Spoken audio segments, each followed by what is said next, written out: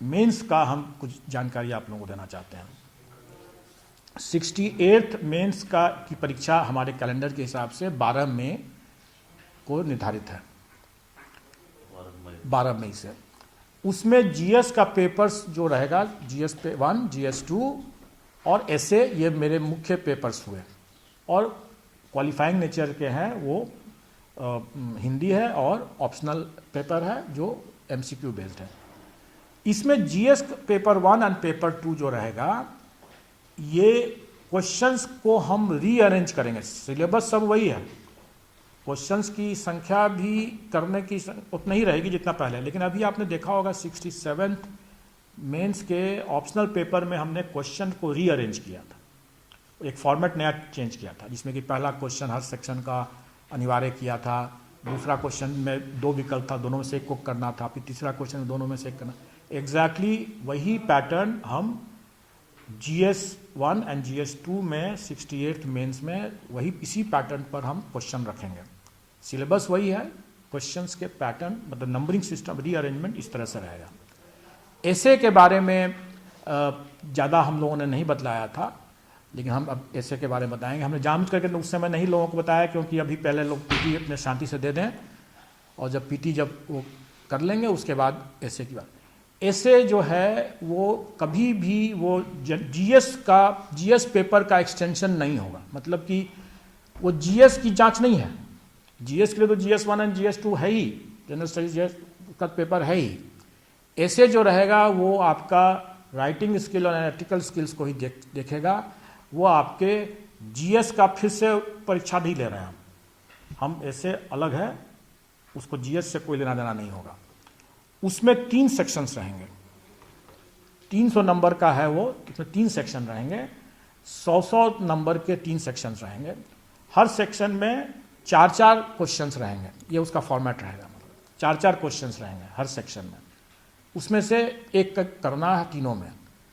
उसमें 2 तो आप समझें कि जीएस नहीं है, तो आप सिलेबस उसका सेम है जो कहीं भी रहता है, सिलेबस में हम कोई एक्स्ट्रा नहीं करें, लेकिन उसके लिए मेरा मानना है कि उसके लिए आपको ऐसे न्यूट्रल टॉपिक्स दिए जाएंगे जिसमें कि आपके अपनी जो एनालिटिकल स्किल है, विश्लेषण की क्षमता है, और आपकी जो लेखनी की जो क्षमता है, उसका ही आपका करना है। आपको कोई उसके लिए विशेष कहीं पढ़ना नहीं है, लेकिन आपको जरूर प्रैक्टिस जरूर करने की जरूरत पड़ेगी। पढ़ना ज़्यादा नहीं है, आपको कोई भी चीज़ के बारे में अपना विचार जरूर रखना है। कोई भी चीज़, छोटा छोटा चीज़ भी हो सकता है, कोई बड़ा चीज़ हो सकता है, फिलोसफिकल चीज़ हो सकता है, कुछ भी हो सकता है, कहावत हो सकता है, मुहावरा हो सकता है, उसका आप एनालिसिस कीजिए।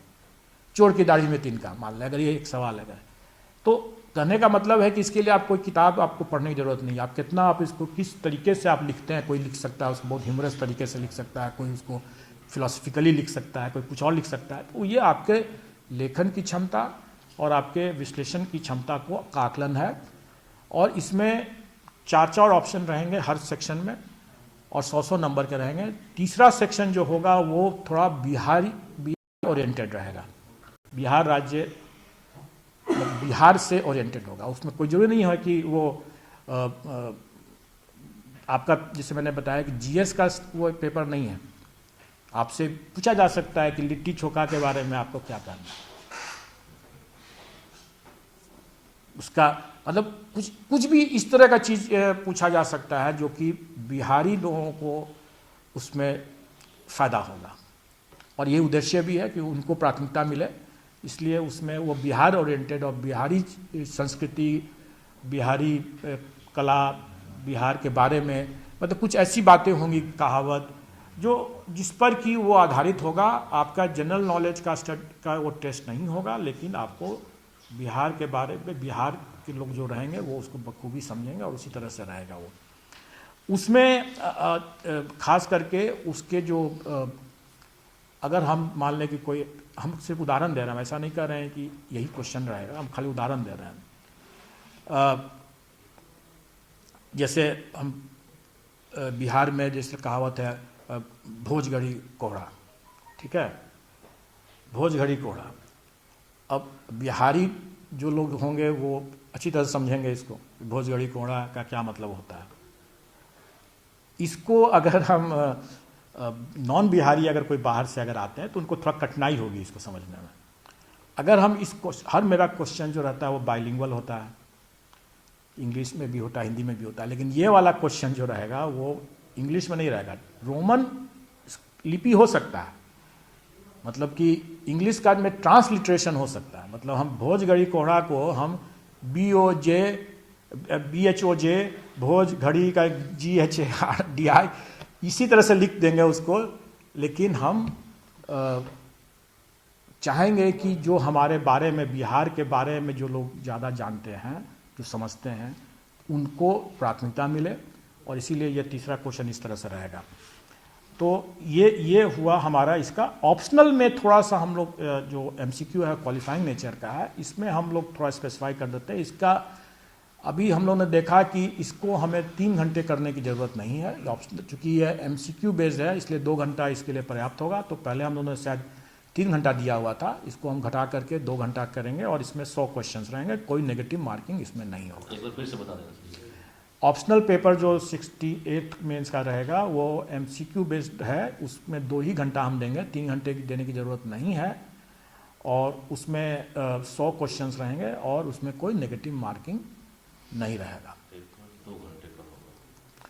मेरा ये मानना है कि ये तो जुड़ना नहीं जुटेगा, नहीं, क्वालिफाइंग नेचर का है, इसलिए मेरा ये मानना है कि इसके लिए कोई, अगर कोई अपने BSc किया, BA किया, ग्रेजुएशन लेवल का जो भी पढ़ाई किया है किसी ने जिस विषय में, मेरा मानना है कि उसी विषय में वो अपना अगर लेता है, अपना चयन करता है उसका, तो उसको विशेष कुछ पढ़ने की ज़रूरत नहीं है। अगर उसने अपना पढ़ाई ग्रेजुएशन का सही ढंग से किया है तो वही पर्याप्त होना चाहिए। इसीलिए हम लोगों ने इसको थोड़ा इसी तरह से रखा है। अब ये बातें हो गई कि 68 मेंस में, अगर इसमें आप लोगों को कोई क्वेश्चन हो तो मैं बता दूं, क्लैरिफाई कर दूं, नहीं तो फिर इसके बाद में थोड़ा 67 मेंस के ये जो इसमें निबंध वाला है, तीनों पेपर का 100 नंबर है, तीनों सेक्शन का, तीनों सेक्शन का, और उसको